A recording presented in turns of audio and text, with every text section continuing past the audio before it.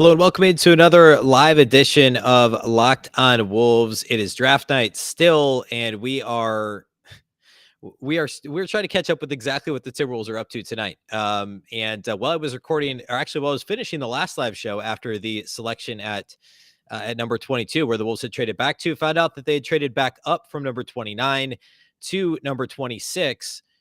Giving up apparently 2 future second round picks and selecting Wendell Moore Jr. from Duke in the process. Basically, we don't know yet exactly what these future second rounders are going to be. The Wolves still have 3 second round picks. They have 40, 48, and 50 in the second round this year. And apparently tonight they've traded 3 future second round picks. So this is, reacting to all of this in real time. We don't know exactly what the full haul, or I guess haul going out, what the Wolves are giving up to select these guys is, but we do know that the Wolves have Walker Kessler and they have Wendell Moore Jr. on the team. I already reacted to Kessler. We're going to talk a little bit about Wendell Moore Jr. He's somebody who I had more as a high, an early second round type pick based on what he does on the floor, mostly based on his athleticism and what some of the limitations are. But let's start with why the Wolves like Wendell Moore and why they undoubtedly want him on the team. Put simply, he's a two-way role player. The Timberwolves need role players. They have their superstars in Karl-Anthony Towns and Anthony Edwards. They still have D'Angelo Russell on the roster. They have plenty of guys who are going to use up possessions, initiate offense, take shots. They need role players. And Tim Connolly talked about this leading into the draft. And that's exactly what Wendell Moore Jr. is. He's never going to be a superstar. He's not going to be a high usage player at the NBA level. He is a two-way role player, though, because he has the ability to knock down threes. And we'll talk about that here in a minute. First, let's talk about the profile. He's 6'5", 7-foot wingspan. And actually the way he plays reminds me a little bit of a slightly more offensively talented, slightly bigger version of Josh Okogie. Now, there's some things he doesn't do quite as well as Josh Okogie, but he has a similar build and a similar defensive tenacity. If you watch what Moore did at Duke, he was a fantastic pick and roll defender. The points per possession he allowed as a pick and roll, defending the pick and roll, defending the ball handler was fantastic. And effectively was a 3-and-D player for them. His 3-point shooting last season as a junior at Duke was 41%, over 41% on threes, which is obviously incredible. However, the season prior, he was 30% on essentially the same number of attempts per game. Now a lot less games, I guess. And then his freshman year, he was 21% from three as a limited role player, limited number of threes attempted. So for his career, he's a shade under 36%, came on strong last year at 41%. The form isn't fantastic. There's some concerns about if it's not a straight, clean catch and shoot look. Can he shoot off the bounce? Can he shoot? Can he take a rhythm dribble and shoot if he's sidestepping a defender trying to run him off the line? There's some question marks there. I have some concerns about what his actual shooting ability is. That's one of my main concerns. But defensively, he should be really good. Even though he's not a fantastic athlete, he's long enough. He plays hard. He fights through screens. He's going to do the dirty work at the NBA level. And again, I think of a slightly bigger Josh Okogie with a little bit more offensive talent right now. Obviously 41% from three, but remember Okogie scored a little bit at Georgia too, because he at Georgia Tech, I should say, because he had to, right? Wendell Moore played at a program that was really good in Duke and scored within a role at Duke as well. And I don't think we can ignore that. Now he's not going to be a scorer. He averaged 13 points a game last year at Duke as a junior. He's not going to do that at the NBA level. He's a bench guy. He's a rotation guy. He should be able to knock down open threes, hopefully at a much higher clip than a player like a Josh Okogie, but bring that same tenacity on defense. I want to talk about this more. I want to talk about the asset allocation that the Timberwolves, I guess they're in the midst of it still as I'm recording this or talking about this live on YouTube. The draft isn't over. We don't know what the Wolves are going to do with their 3 second rounders sitting here right now. We also don't know exactly what they traded in the future.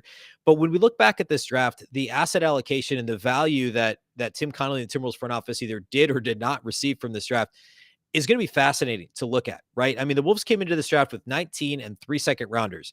By my count, they've traded away 19 and 29, and they've drafted at 22 and 26. They've also traded 3 future second rounders and still have 3 second rounders this year.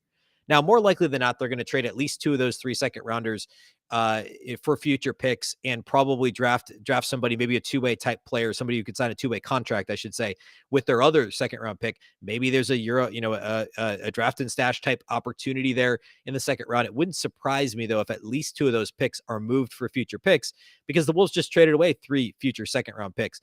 And Tim Connolly obviously has done a great job in Denver with those second rounders. Nikola Jokic, the obvious example. Monty Morris is another one. So the Wolves are going to value those picks. I don't think that they're gonna end tonight without without potentially pushing those forward, right? Kicking the can a bit and maybe taking, because I mean, you're not going to enter the season. I was surprised. I'm sitting here right now. I still am surprised that the Wolves have 2 first round picks that are going to be on guaranteed contracts this year, relatively low upside type guys. Both Kessler and Moore are limited in what their upside is, what their ceiling is moving forward. That's a little bit of a concern when you're talking guys on guaranteed contracts, but if they're also high floor players, which the Wolves obviously believe that they are, they're not, those aren't bad picks. If you get your backup center in Walker Kessler and you get a wing player that's going to play 16, 18 minutes per game and they're high floor players, those contracts don't look awful in a couple of years when you're, a solid playoff team and those guys are playing important minutes. Now you really have to hit on both of them. You can't completely swing and miss on a first round contract, which is why it was a little surprising to me that the Wolves traded up from 29, especially at apparently the cost of 2 future second rounders, because why couldn't you have gotten, the Wolves obviously have more intel about what other teams are doing than I do sitting here right now. So perhaps they believe more wouldn't have been there 3 picks later. But to getting those guys in those draft slots at 22 and 26 and those guaranteed salaries makes me a little bit nervous in terms of, the guaranteed salaries they're going to get and what that asset allocation looks like. But we know that Tim Connolly is a really good drafter. He's done really well lately at the end of the first round. Think Zeke Naji, Bones Highland, other players that Denver has drafted in the late first, Michael Porter Jr., who I guess was more of a mid first round pick. But Tim Connolly's draft record's really good. And some of his misses were early in the first round before Denver became a really good team. And he's done really well in this range. So there's this immediate reaction thing that we do on draft night is necessary and it's important and it's fun. But we have to let it play out a little bit. And if these guys are indeed high floor players, I talked quite a bit over the past couple of weeks at Lockdown Wolves about how the Wolves are not looking for the home run swing. They're not looking for Ousmane Dieng. They're not looking for a guy that could be a superstar, in a few years. They're looking for guys that are going to fit in with Anthony Edwards, Karl-Anthony Towns, Jaden McDaniels, possibly D'Angelo Russell, who are plug and play rotation guys that are probably fringe rotation guys this year. But then in a year, in 2 years, Walker Kessler's role expands and likely Wendell Moore's role expands. We'll talk more about Kessler again. I did about 10 minutes on him earlier tonight. That's on the YouTube channel. You can go find that. And eventually I'll post it to the audio feeds as well. But I want to do a full show later tonight where I break down Kessler a little bit more. And I'm also going to still join. We're going to do a draft expert show here very shortly with the draft experts from Locked On to discuss with a couple of the draft experts that have been, analyzing our mock drafts throughout, to discuss the Wolves picks. We'll do 2 separate videos as we'll both post to YouTube. So keep it locked to the Locked On Wolves YouTube channel. Make sure you're subscribed because we've got at least 3 more videos coming tonight. And I won't do lives after the second round picks unless something crazy happens, but I will touch on those on the full show. There's plenty to cover still here tonight. It's been interesting. Not at all really what I expected. I thought the Wolves might trade back, but I didn't think they'd trade back and trade back up and draft a couple of guys who are, pretty, high floor, low ceiling type players. I didn't expect 2 of those in the first round from Tim Connolly. So we'll be back in a little bit. Keep an eye on the feed for the recorded episode with the Locked On draft experts as we discuss the picks. 1 for Kessler, 1 for Moore. Then we'll do a full show later tonight. Thanks for watching. Thanks for listening to Locked On Wolves. And